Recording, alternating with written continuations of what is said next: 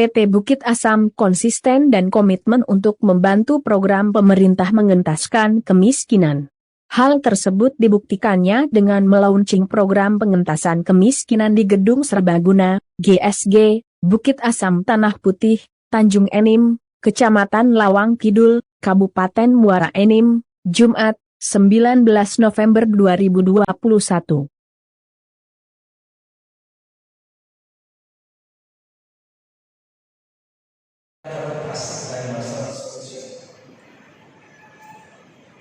Hancurnya karena masalah sosial.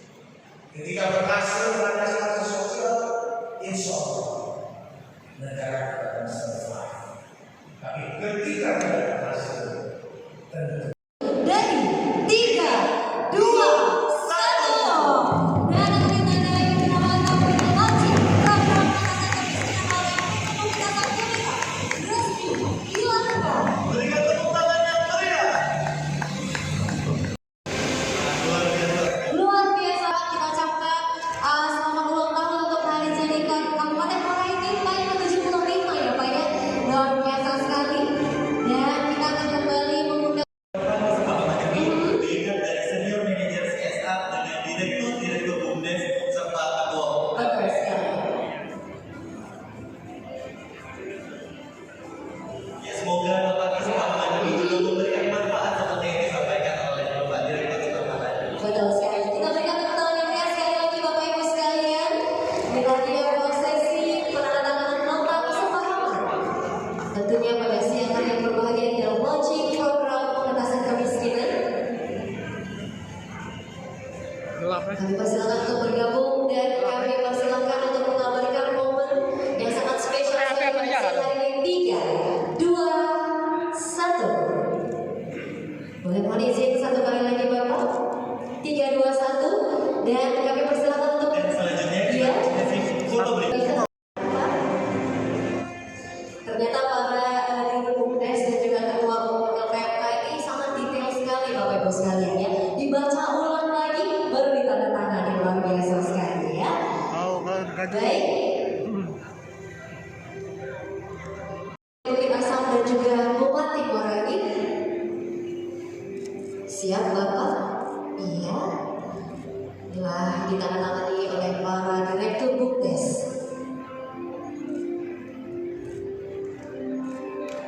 Sudah mulai menandatangani.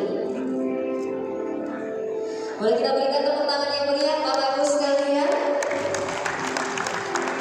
Baik, sudah ditandatangani. Silakan Bapak. Kami persilakan ketiga ketua umum LPMK menandatangani. Bapak Riono Basuki, GSD, Ketua DPRD Kabupaten Muara Enim. Bapak Kapolres Muara Enim, Madani, selamat datang. Bapak Kapolsek, Lawang Kidul. Yang saya hormati Bapak Peningkatan taraf hidup masyarakat prasejahtera. Kita berikan tepuk tangan yang meriah sekali lagi Bapak Ibu sekalian.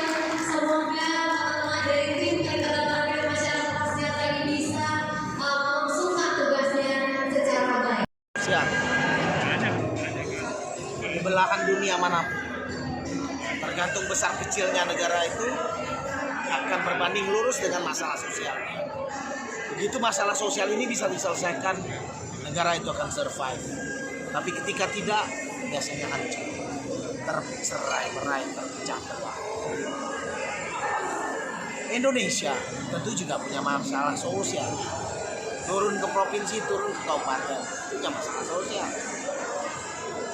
Yang hebatnya, ya, jujur saya, kalau orang Komering mengatakan honestly, sejujurnya saya mengatakan bahwa saya beruntung punya sahabat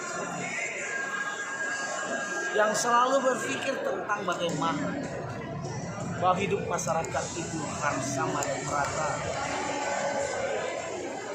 Dan kebenaran agak satu ide sama saya.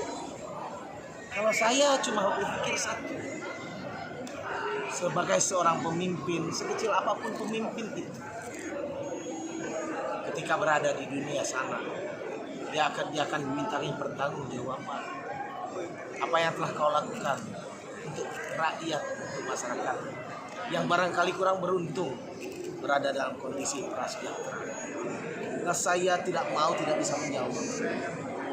Jadi selalu saya harus berpikir bagaimana mencarikan jalan keluar, solusi dari masalah tentang prasejahtera. Tadi dikatakan Pak Dirut tadi, suka terlalu halus. Prasejahtera itu miskin, tidak layak hidupnya. Baik dari tidak terlayani kesehatannya, tidak terlayani pendidikannya, tidak terlayani lapangan kerjanya, tidak terlayani sandang, papan, dan lain sebagainya. Hari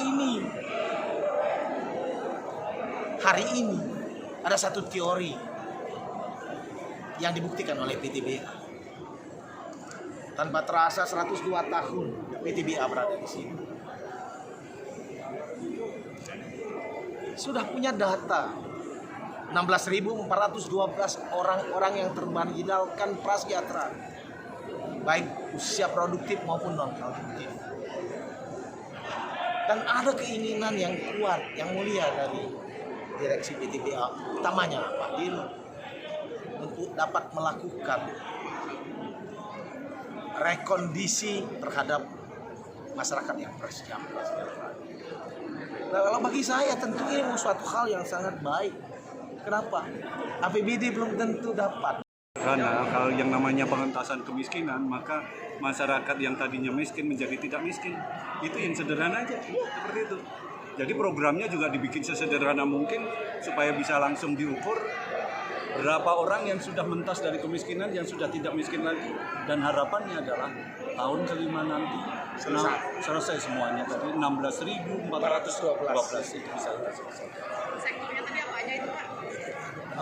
Sektor tidak terlalu menjadi bahan batasan, tetapi intinya sebetulnya ada 6 hal. Yang pertama adalah kesehatan, pendidikan, sandang, pangan, papan, dan pekerjaan. Ya, itu 6 itu. Sasarannya sendiri, Pak? Sasarannya ya, untuk sementara sasarannya adalah Kecamatan Rawangun Kidul dengan 16.412 tadi. Itu sasaran. Oke, terima kasih. Ya.